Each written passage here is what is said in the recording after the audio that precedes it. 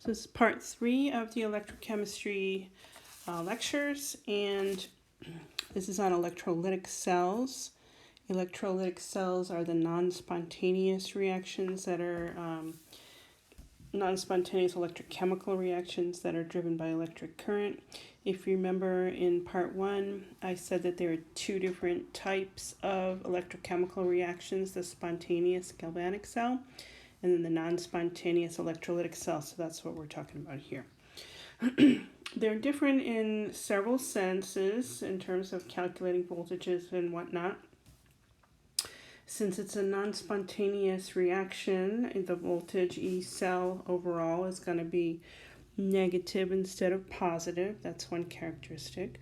Another characteristic is that the water that is the solvent in these cells can also undergo oxidation and reduction, and there's a competition between water and your cation and your anion and we have to figure it out. So just which voltages are preferred in order to minimize delta G's for the reaction, but I'm going to make it a little bit simpler than that. All right, let me just describe it here. There are these 2 reactions that water can undergo. One, it can be reduced. So water picks up electrons and forms hydrogen and hydroxide. The voltage here is negative 0.83. Alternately, water can undergo oxidation where it becomes O2 and H plus is formed and some electrons are given off. So water can be either reduced or oxidized in the presence of the cell. And notice that these voltages are both negative. And if you had a solution of sodium bromide and you had your electrodes in there and you were driving this non-spontaneous electrolysis using a current, using a battery, those are the terms that you'll see in the problems. And then you have to compare. Okay, this is the tricky part. So if you have sodium bromide, there are 2 possibilities for the bromide. Let me back that up. There's 2 possibilities for oxidation. One is that water can undergo the oxidation to form O2, H plus, and 4 electrons, negative 1.23. Or bromide could undergo oxidation to form bromine and 2 electrons. And the other table that I use, oftentimes the voltage for the bromide is 1.07, but the one that I have here is 1.09, so I'll correct for that. And so the question is, which one will it be? There's a competition between these 2, and it depends on the voltage. And the answer is you're going to pick the larger value. So you put a circle around that. You're going to pick the larger, just think of these numbers on the number line, negative 1.09 is larger than negative 1.23. So this will be the preferred reaction. Okay, similarly for the reduction process, you have a competition between water picking up electrons to form hydrogen and hydroxide, and sodium picking up electrons to form sodium solid. And similarly, you're going to pick the more positive voltage, so the answer here is going to be negative 0.83. All right, so in both cases, pick the larger number. All right, and for this system, let me show it to you in tables as well. I've got a table on the next slide, and I'm going to go back and forth between those 2. So let's see if I can do this. And that is why we picked those reactions, chose the ones that were larger, and then of course you can ask the question. Well, let me finish it here, and then we'll go back to the number itself. So we're going to pick those 2 reactions. Those are the ones that will be observed. And so we're going to see 2 bromide forms bromine, plus 2 electrons, negative 1.09 volts. And then we're going to look at the reduction of water, 2 electrons, forms H2 in the gas phase, plus 2 OH minus, aqueous, running out of room there. And that one is going to be negative 0.83. Okay, so you're going to add these up. And that's going to be 12, 9, 1, and it's negative. So you have negative 1.92 volts. This is the correct answer. You got to put that much energy into the system to get the system to react and undergo electrolysis. Then you want to add up the overall reaction. Add up to get the overall reaction. Electrons will cancel. 2 bromides plus 2 waters forms, I forgot the 2 there on the bromine, Br2 aqueous plus hydrogen, running out of room, gas plus 2 hydroxide aqueous. Alright, and then this will be the voltage for the overall reaction. Okay, so you might be wondering why you picked the larger number. And if you look at the various combinations, you've got 2 oxidations to choose from, 2 reductions to choose from. And if you just look at the numbers here, negative 1.09, negative 2.71 adds up to negative 3.80. Negative 1.09, negative 0.83 is negative 1.92. Negative 1.23 plus negative 2.71, negative 3.94, and negative 1.23, negative 0.83, negative 2.06 volts. So, in choosing the larger numbers, negative 1.09 and negative 0.83, you end up with negative 1.92, and if you compare, this is the sum of the reduction and the oxidation. So this is going to be the voltage for the overall reaction. So you've got all of these 4 components in solution, and you start dialing up the voltage. The one with the forget about the negative sign, just look at the absolute value. When you hit 1.92 volts, that'll be the first reaction to occur because it's the smallest one. So that's the logic, I suppose, or one way to think about why those numbers are chosen. In any event, you just pick the largest of the 2 in both cases. All right. Okay, so I'm looking for my reactions, and for the cathode, that was the sodium plus versus the water. So this is the reduction. Negative 2.71 is the reduction of sodium, and then negative 0.83 is the reduction of water. So you're going to choose the larger one here on the number line. So that's reduction. Then for oxidation, you have 1.09 here, and the reaction that we've written down is bromide forming Br2. So this is the oxidation, so you have to reverse it, and then this is going to become negative. So you're going to write bromide forms bromine plus 2 electrons, and you're going to have negative 1.09, which is what I wrote down. And then the other one is 1.23. This is the oxidation of water, where the water forms O2, 4H plus, and 4 electrons. and that's oxidation if you write it the other way, and so that's going to be negative. And then in this case, it's kind of doing everything in reverse here. So you're going to pick the larger value, right, negative 1.09, and that will be the one that will be observed. So that's very strange in the sense that for a spontaneous reaction, it's going to be reduction minus oxidation, where the oxidation is written in reverse and it's below the reduction one.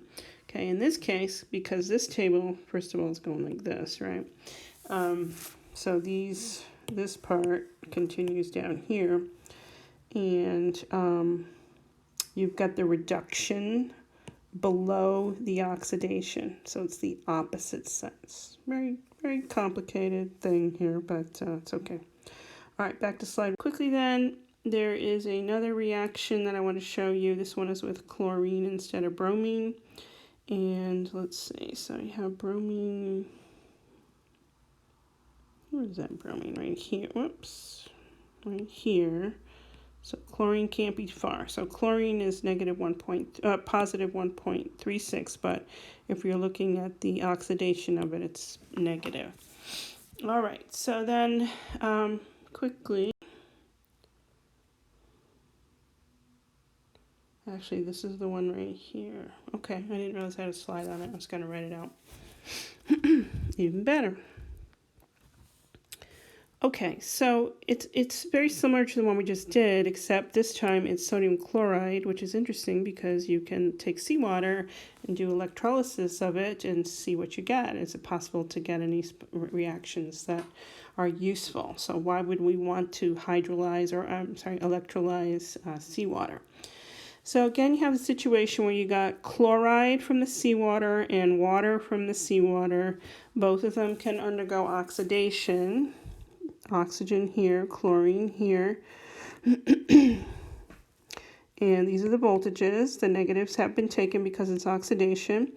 Then the cathode reduction reactions, again, water is in competition with sodium plus. Both want to grab electrons to become reduced from hydrogen and sodium. Here are the voltages. You're going to pick the larger of the two. So you would pick water because it's larger. So here's a note here. This is an unusual case, and I'm not going to test you on this. Chloride oxidation is seen in the experiment here instead of the predicted water, because water is larger. This is due to a process called overpotential. You can look that up. It has to do with some chemistry at the surface of the electrodes, which you would study as a chem major in your analytical quantitative analysis class. So that's just the fact. I'm not going to ask you for this on a test. I just thought it's an interesting application here. So then we're going to go ahead and go with the experiment and start at the largest value. So it's the chloride. Then here's, you pick the larger of these two, and it will be water. It could have been oxidation and reduction of water, but it's not. It's chlorine and water.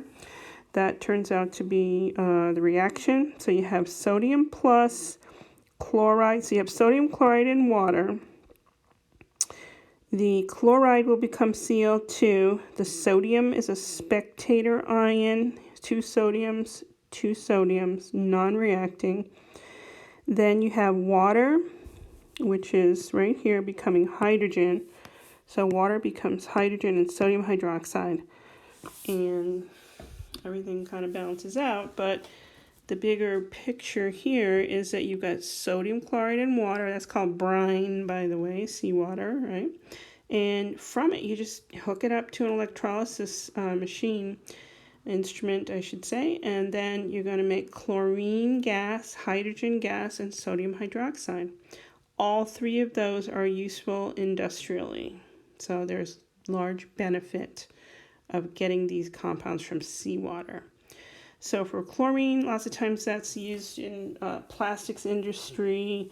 You can start with a hydrogenated compound, may or may not have double bonds or triple bonds. And chlorine reacts with those, and you get those chlorinated hydrocarbons. Perhaps you've heard about those before. They can do damage to the environment, or they can end up like Teflon, something pretty useful. So chlorine's a good thing to have, and that's just one use of it. Hydrogen, many applications for hydrogen, and you can hydrogenate those same molecules with the double bonds. Hydrogenating fats, for example, is something that's done routinely in the food industry. It is not healthy. It's better to have double bonds. If you're looking at fat molecules, for example, there's double bonds in olive oil molecules, fat molecules, and those double bonds are very healthy. They surround your cells and they protect your cells from oxidation. And when fats are hydrogenated, you miss that beneficial antioxidant effect.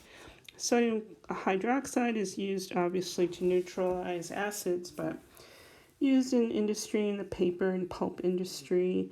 It's involved in whitening and different things. So useful. It's valuable to be able to get those compounds. All right, so then that was the hard part. Now we'll just wrap up the chapter here with this calculation. Two examples here. The stoichiometry of electrolysis. So once you've got the electrons moving and doing work, what is the current needed to carry it out? How much time do you have to use, and so on. So you need to be able to calculate it. We use charge as current times time. Q, I think earlier we were using lowercase q here for charge, times current. A is amperes. The abbreviation, the unit is amps, and time. So coulombs for charge, amps or amperes for current, and then seconds for time. And then we get the relationship that 1 amp is 1 coulomb per second. Okay, so this equation can be derived. And you see Q is equal to AT, which is what I have right here. But Q, the charge, can also be, let's say you've got 5 grams of the substance. You want to divide that by the molar mass of the substance. And then that'll be, then you figure out how many moles of electrons there are per mole of substance. So in other words, all this is N. And then this is F here. And then you can equate them. So you have two different equations for charge, this one and this one. Put them together and you've got everything you need in one of these equations. So once you have this, one of these problems, once you have this master equation, you could, abbreviate it. You could say, M divided by molar mass times N moles of electrons per mole of substance, whatever, times F is equal to AT. So maybe that looks a little bit easier there. But anyway, here's an example. How many grams of iodine are produced when a current of 8.52 milliamps flows through the cell for 10 minutes? So here we can work out this reaction. We need to know that there is N equals 2 here. So we need that, but we don't need too much more of that. We can go ahead and calculate the charge, and then we'll go back to the mass. Or we could say mass is equal to current, or you could say AT or IT. Current times time times molar mass, and then divided by moles of electrons and moles of electrons divided by Faraday's constant. Once you have some symbolism for this big equation, you can use it as a plug-in. So mass in this case will be equal to the current, which is 8.52 times 10 to the minus 3 amps, that's a milliamp, times the time, we got 10 minutes, so 10 minutes times 60 seconds per minute, so that's our time. The molar mass for iodine is 254 grams per mole. Then you're going to divide by 2 here, times F, 9.65 times 10 to the 4th coulombs per mole of electrons, excuse me, and mass then is equal to 6.73 times 10 to the minus 3 grams of I2. So 6.73 milligrams of iodine are produced by a current of 8.52 milliamps. All right, that's one type of calculation that you might do. And the second one is copper instead of iodine. Here you have copper 2 plus, sending a current to it. Copper metal is deposited, and you can plate that copper metal onto anything you want your electrode to be. So, another example would be if you had gold sulfate, you could deposit gold, and you could, if it's a piece of, metal jewelry, you could electroplate gold onto the surface, that kind of thing. But this particular example is for copper, so let's just stick with that. And here, let's see, we can calculate, if a constant current was passed for 5 hours and 4.04 milligrams of copper metal was deposited, what must have been the current? Okay, so let's go ahead and get the charge, because the current is charge per unit time divided by the time. And that's going to be equal to Q divided by T. Okay, so current is I. I is Q over T. So let's go ahead and get Q. 0.404 grams copper, 63.6 grams copper per mole. Then there are 2 moles of electrons per mole of copper. And then, so this is all N, right? Then you want F. F is 9.65 times 10 to the 4th coulombs per mole of electrons.